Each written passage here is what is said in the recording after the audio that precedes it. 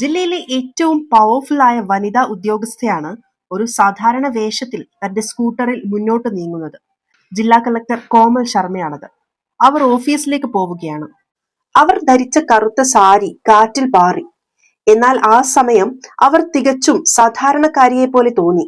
ലളിതവും എന്നാൽ ആത്മവിശ്വാസം നൽകുന്നതുമായ കറുത്ത സാരിയുടെ കട്ടിയുള്ള ബോർഡർ അവരുടെ ശക്തമായ വ്യക്തിത്വത്തെ പ്രതിഫലിച്ചു. അന്നത്തെ പ്രധാനപ്പെട്ട മീറ്റിംഗുകളെ കുറിച്ചും ജില്ലയിലെ വികസന പദ്ധതികളെ കുറിച്ചും ആലോചിച്ച് യാത്ര തുടരുമ്പോഴാണ് അപ്രതീക്ഷിതമായി അങ്ങാടിക്കടുത്തെത്തിയപ്പോൾ സ്കൂട്ടറുടെ പിൻടയർ പഞ്ചറായി. കോമൾ ശർമ്മയുടെ നെറ്റി നേരിയതായി ചുളിഞ്ഞു.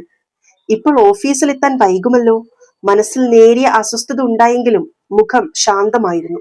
ചുറ്റും നോക്കിയപ്പോൾ റോഡരികിലെ ഒരു ചെറിയ ചായക്കടയിൽ നിന്ന് ചായ കുടിക്കുന്ന ഒരു വൃദ്ധനെ കണ്ടു. അണ്ണാ, ഇവിടെ അടുത്ത് എവിടെയെങ്കിലും പഞ്ചർ ഒട്ടിക്കുന്ന കടയുണ്ടോ? അവർ പതിന്ന സ്വരത്തിൽ ചോദിച്ചു. അയാൾ ചിരിച്ചുകൊണ്ട് കൈ ചൂണ്ടി.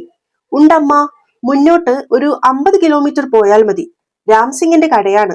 അവൻ നന്നായി പണിയെടുക്കും. വേഗത്തിൽ തീർത്തു തരും. കോമൾ നന്ദി പറഞ്ഞു. അവർ സ്കൂട്ടി തള്ളി കടയിലേക്ക് നടന്നു. ടയറുകളും പണിയായുധങ്ങളും ചിതറിക്കിടക്കുന്ന റബ്ബറിന്റെ മണം അന്തരീക്ഷത്തിൽ തങ്ങി നിൽക്കുന്ന ഒരു ചെറിയ കടയായിരുന്നു അത്. രാംസിംഗ് ഏകദേശം 45 വയസ്സുള്ള മെലിഞ്ഞ സാധാരണക്കാരനായ മനുഷ്യൻ ജോലിയിൽ മുഴുകിയിരുന്നു. എണ്ണക്കറ പുരണ്ട അവന്റെ മുഖത്ത് കഠിനാധ്വാനത്തിന്റെ വരകൾ തെളിഞ്ഞു നിന്നു.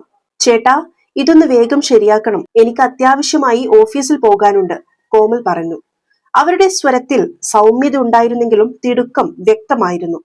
സാരമില്ലമ്മ, ഒരു 10 മിനിറ്റ് മതി. ഞാൻ ഉടനെ എടുത്തു തരാം, രാംസിംഗ് ആശ്വസിപ്പിച്ചു. അവർ ഉടൻ തന്നെ സ്കൂട്ടി ഉയർത്തി ടയർ ഊരിമാറ്റി പണി തുടങ്ങി.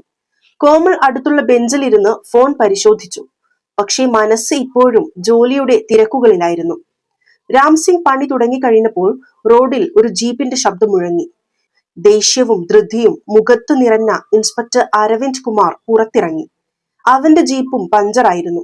അവൻ രാംസിംഗിനോട് അലറി. ഡാ രാം, എന്റെ പഞ്ചർ ആദ്യം ശരിയാക്ക്. എനിക്ക് വേഗം സ്റ്റേഷനിൽ എത്തണം.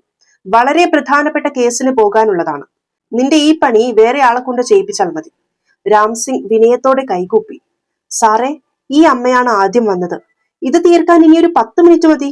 അത് കഴിഞ്ഞ് ഉടനെ സാറിന്റെ എടുത്തു തരാം. ഇത് കേട്ട അരവിന്ദ് ദേഷ്യം കൊണ്ട് ചുവന്നു. അവന്റെ കണ്ണുകൾ പുറത്തേക്ക് തള്ളി. 10 മിനിറ്റോ? ഞാൻ 10 സെക്കൻഡ് പോലും ഇരിക്കില്ല. ആദ്യം എന്റെ വണ്ടി എടുക്കുക. ഞാൻ പോലീസാണ്, മനസ്സിലായോ? എന്റെ ജോലിക്ക് തടസ്സം വരുത്തിയാൽ നിന്റെ കട ഞാൻ പൂട്ടിക്കും. അവന്റെ ശബ്ദം റോഡിൽ മുഴങ്ങി. ആളുകൾ ശ്രദ്ധിച്ചു തുടങ്ങി. സാർ, എനിക്കും തിരക്കുണ്ട്. ദയവായി കുറച്ച് കാത്തിരിക്കുക.